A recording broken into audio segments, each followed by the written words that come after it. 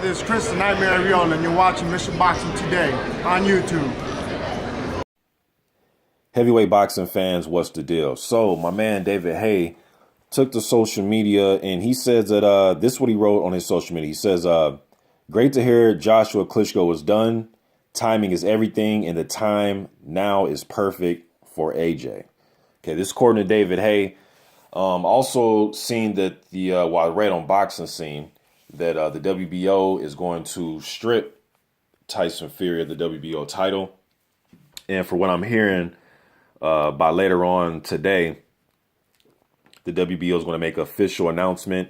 And I'm hearing that they're going to possibly allow Tyson Fury to fight for the title when he returns, whenever that is next year. So if this fight is made, and I think it's going to get made, I think Joshua versus Klitschko is going to be made. You know, just conversing with the fans, man, fans are everywhere on this. I've conversed with some fans that say, hey, this isn't fair. Why should Joshua have to fight Klitschko? You know, then they start bringing up, well, Deontay Wilder didn't have to do this, you know, all this shit about other fighters. And like I always say, hey, I'm no fan of some of the guys that Wilder has faced. I want him to fight the other champions. I want to see an undisputed champion, man. Nothing against Spilka and Duhaupas. All those guys are solid fighters, man. Duhaupas he bounced back from the Wilder loss. He knocked out Helenius for the European title. You know, so Molina's another, you know, tough guy with a big right hand. He bounced back, beat old Tomasz Adamek for a minor IBF title out in Poland not too long ago. So Wilder has fought some stiff competition, but with all these guys, man, I want to see an undisputed champion. That's the goal. That's the motivation. So with that said, Joshua has to carry out the responsibility of being a title holder. And I really think he wants the big fights. Then I'll speak to another set of fans and say, oh, this isn't real. Eddie Hearn's just throwing out names and he's protecting Joshua, and they just signed Ortiz so he could protect Joshua. I mean, I guess, man, you know, there's always some conspiracy theories in boxing, so I understand that, but I don't see it with this one. Now, if Hearn proves me out and proves that he's lying to us, then, you know, that's another video. You know what I mean? But I think that this Joshua versus Klitschko fight is going to happen. And when it comes to Klitschko, you know, his successful title defenses and just title defenses overall, they rival the numbers of, you know, Larry Holmes and Joe Louis and Ali. And you have to give him credit for that. Whether you like his style or you don't like his style or you don't like his name or whatever, you know what I mean? You got to give him his credit for that. Especially when he brought Emmanuel Sword on board. He just started this long just dominance. Him and his brother, man, they had a stranglehold on the division for 10 plus years. You know, but all good things come to an end.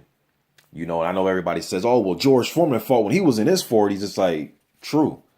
But everybody's not Big George, man. Just like everybody's not Wladimir Klitschko. Everybody can't make 18 successful title defenses in a row like that. Everybody can't do that, right? I think that this is the way that Klitschko should go out fighting a guy like Anthony Joshua, right? Now, he lost to Fury, and we know how that one ended. I thought Fury won the fight pretty decisively. Although he did, you know, he wasn't beating Klitschko up from pillar to post, or he didn't, you know, knock him down, or it wasn't nothing like that. But it was a decisive victory for the action that was going on in the ring that night. OK, but usually when you see a long reigning champion or just a champion or somebody that was known as the man in a division, usually when they go out. Now, I'm speaking for myself here. Usually when they go out, and I could be guilty of being bloodthirsty, you know, so be it. It's boxing, you know, but I want to see the guy get taken out. I want to see him get obliterated. I want to see him get destroyed, get demolished, to let him know your time is over with. This isn't no, you know, I squeaked by you on the scorecards, or, you know, I coast to a 12-round decision. No, this is going to be a knockout, you know, to really tell Klitschko, to show him that his era is over with. He had a great run. Like I said, it rivals the Holmes and the Joe Lewises and Ali. as far as the statistics goes for his era. All good things come to an end, though, right? I want to see Johnson Burns type of fight. Foreman Frazier, Dempsey Willard, Liston Patterson, Tyson Spinks. And then even when Holmes came back, we know he lost to two, close decisions to Spinks. Some people thought Spinks won handily. Some people thought it should have been 1-1. However you want to look at it. See how it's 1-1, or some people, it was close. It was the decision. No, I want to see a knockout. I really want a changing of the guard. A firm changing of the guard. And I think it's going to happen. Now, I know a lot of you are going to say, Anthony Joshua, he has flaws. He's straight up. He's upright. He's slow. He's this, he's that. And like I tell you guys, you're right. He does have some flaws. Everybody has flaws, you guys. I mean, show me the perfect heavyweight. I'm still waiting for one of you subscribers, uploaders, to show me who that perfect heavyweight that's walking around right now. Show me him. Who is he? Who is he? Because all these heavyweights I talk about, I make videos, there's always fans in the comment section telling me how that heavyweight sucks. In this video, there'll be people in the comment section telling me how AJ's really not that good, Mr. Boxing. You're giving him too much credit. You're drinking the Kool-Aid, right? Deontay Wilder saying, oh, he has skinny legs, Mr. Boxing.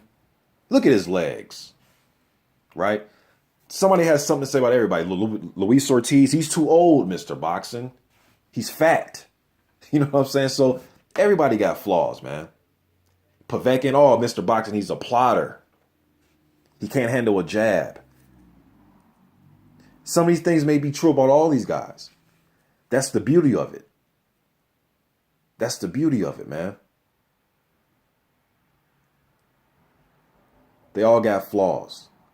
Parker, I talk about him. He doesn't move his head enough, Mr. Boxing. Yeah, he has fast hands, but he doesn't move his head enough. He's going to get laid out when he gets in there with Anthony Joshua. So on and so forth, man. I'm not comparing Joshua's career to Vladimir's career. Come on now. Like, I'm not comparing their careers, but I think right now at this stage, it's a new era. And I think Joshua's going to prove that when he knocks out Wladimir Klitschko. I haven't picked against Klitschko. Shit, man. I don't know. It's been years, over a decade. When he was getting ready to fight Fury the first time, I picked Klitschko. The rematch, I was picking Fury because I really think the era's over for Klitschko.